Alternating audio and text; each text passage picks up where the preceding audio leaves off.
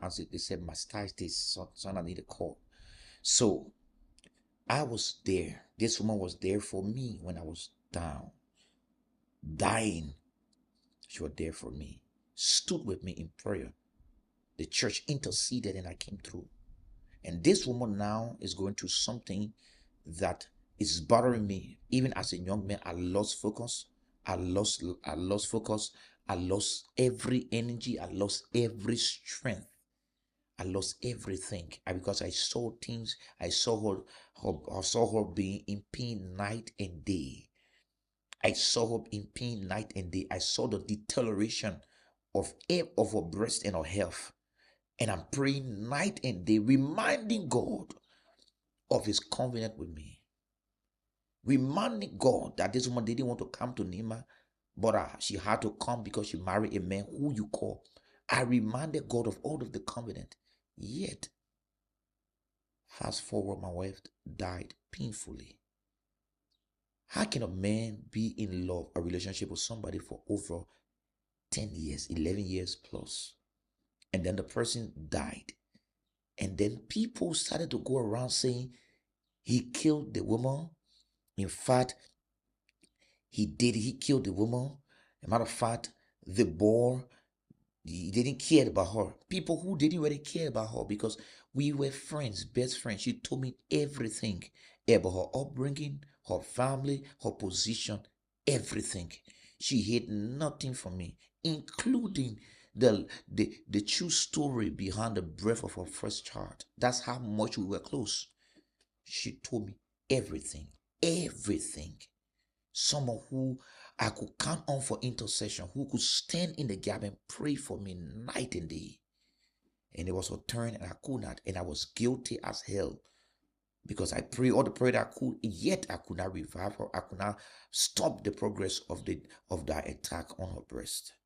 And after all that pain, agony, and bitterness in my heart, even in the hospital, in Catholic hospital, the day she died, I stood right in the record room where they paid, in the father's room, and I said, God, you lied to me. This is not what you promised me. You lied. I will not follow you again. I made that statement out of bitterness after everything we went through, both of us.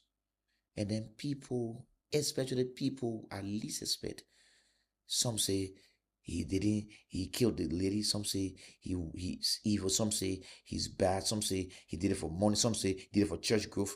But there will always be people saying things. That was not my lowest point. My lowest point was when people who are least expected came out and started as though they loved Joyce more than I did. Started to explain, oh yes, he killed the lady. He's not good. He's this, he that. And then I am dying. I was broken within. My nerve system, I should be sitting and shivering. After the death of my wife, at that time, I was already in pain. And then strangely in my body, I started to feel the same symptom in my left breast. I started feeling pain, my left breast burning or so aggressively. And I was broken, thinking that, oh wow, the same thing that they did to her after I've survived the attack now is showing in my body.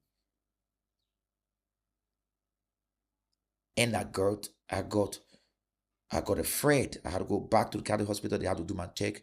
I told them my fingers are burning, my breast is burning, my this is burning, my that is burning. And that did all of my diabetes tests. They ordered the test, they said negative. I wasn't too sure. I had to go to Gemelli. And I went there, I paid. And I wanted to see the doctor and explain. And they did a lab, they checked my breast, and they said nothing. But the pain and the burns were still there. So the doctor told me, I see you. You are struggling. So I would recommend two things to you. Because I'm seeing you are going through what we call generalized anxiety disorder, GAD. And I said, what does that mean? He said you are living in fear You are living in anxiety, you don't know what will happen tomorrow. And this can only show in the life of a person who has been in that state for over 6 months, 6 months and above. And I say, I've been into this for over 11 months now. And then he said to me, listen to me, young man. You say your wife died, sorry. But if you sit here and be worrying that you will die, you be worrying that something might happen, something bad might happen, or the same thing that happened to her might happen to you. Let me tell you the truth today. You will die and you will leave the children behind. And probably the way you want to care for them, other people may not care for them like that. And you will leave all of your children behind. So these are my recommendations as a medical doctor. Do the things that cheer you up.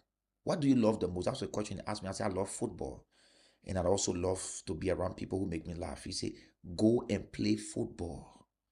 Go and sit around people who will make you laugh. Sometimes get on the internet, watch comedies, things that will just make you laugh, so you can laugh away your sorrows, and so that your heart can come back in and say, or else you will have a heart problem, you have nervous breakdown, and you will die. So I'm advising you now. I'm giving you 2 weeks. Go out there, be jovial, be joyous. Wake up in the morning. If you are Christian, pray. If you are Muslim, pray. Whatever you are, just do the things that will make you happy. But most of all, your best habit, which you say is football, go and play football. And I followed the doctor's advice, and I started playing football among the beginning. I didn't even have strength. I run my whole foot shaking under me. Then people say, we told you, you're not good. Your wife died. You're playing football. It broke me because the ones that were saying it were not people who loved Joyce. It was people that were hypocrites. Some of them were who we consider to be family members, and Joyce confide in, love them, were the one sitting there saying all manners of things about me. The woman just died. He outside here playing football. He here laughing. He did all outside. Meanwhile, I was dying.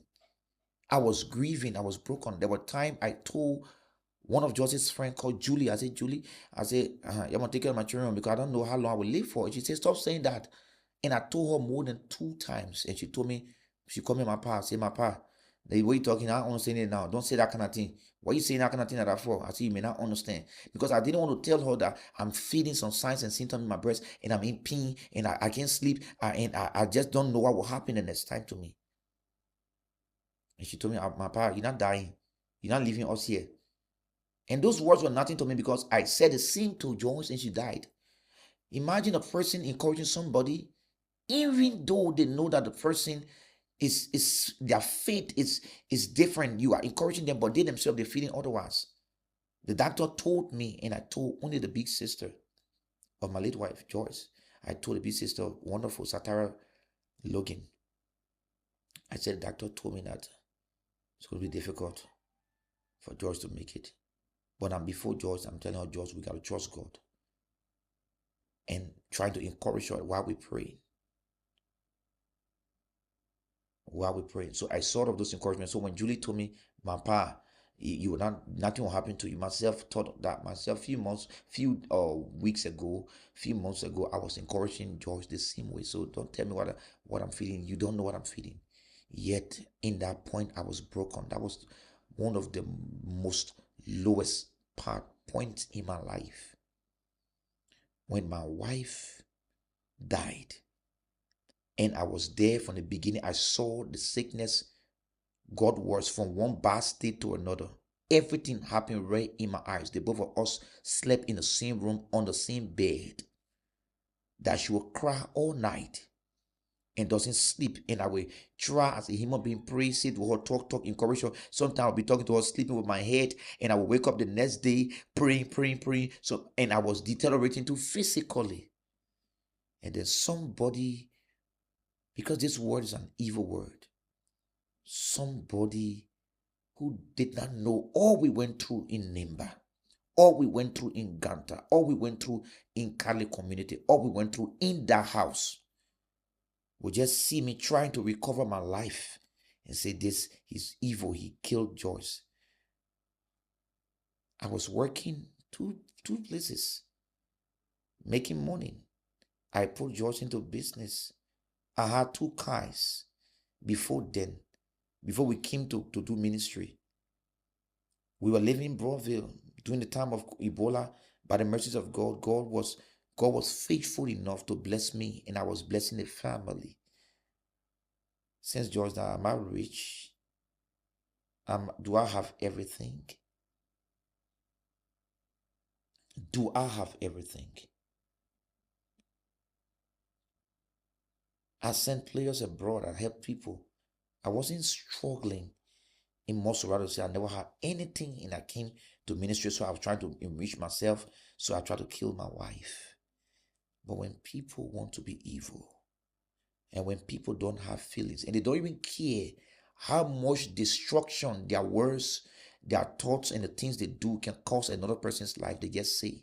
And most so, people who did not really care pretended as though they really care and took my name from place to place.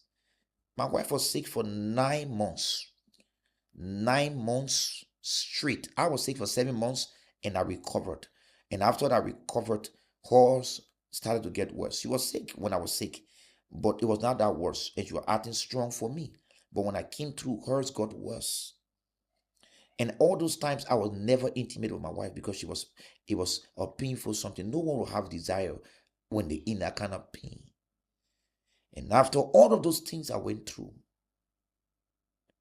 all the time we'll go to town, go to Monrovia, go to places and do checkups and things. No family member ever came to Ganta to say, oh, she's sick and she's been going up and down. So they would come to see where she is. But when she died, people started to say all kinds of things, including people who, even when George was alive, would not allow them to talk to me. George loved me so much that she chose to even follow me, choose to tell me things, because she was a transformed woman. When we came to do ministry, she was very different.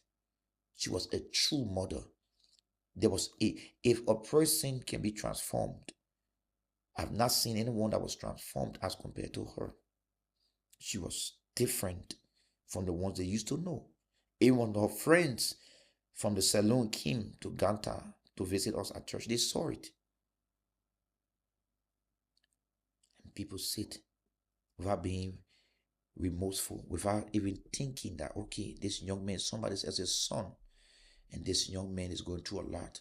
Sometimes people don't put themselves in your shoes. When people want to be evil, they don't care about how you feel. They just say what they say. Not from the place of love or from the place of concern about the person that was deceased, but because everybody want to just say something and just destroy somebody else's life. Destroy somebody else's life. Destroy somebody else's life. That was the lowest point. People were pointing, having clue. He killed a girl. He did this. He did that. Why he did this? Why he did that?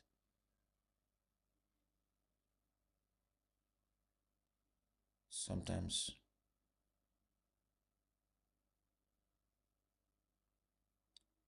we wonder where the world is going with people around us.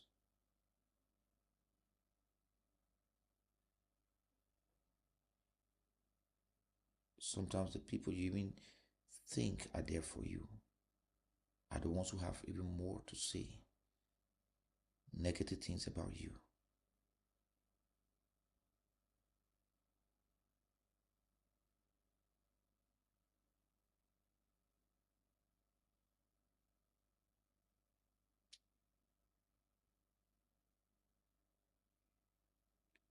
It is painfully disheartening.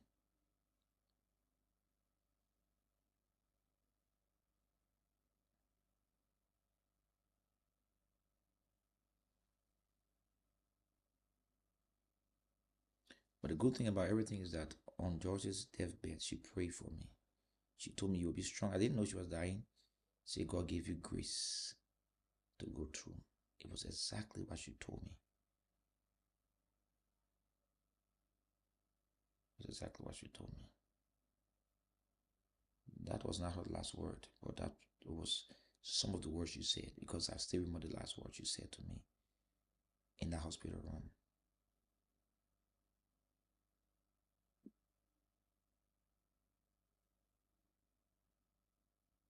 Only dogs would befriend a person for 11 years plus and not have feelings for them.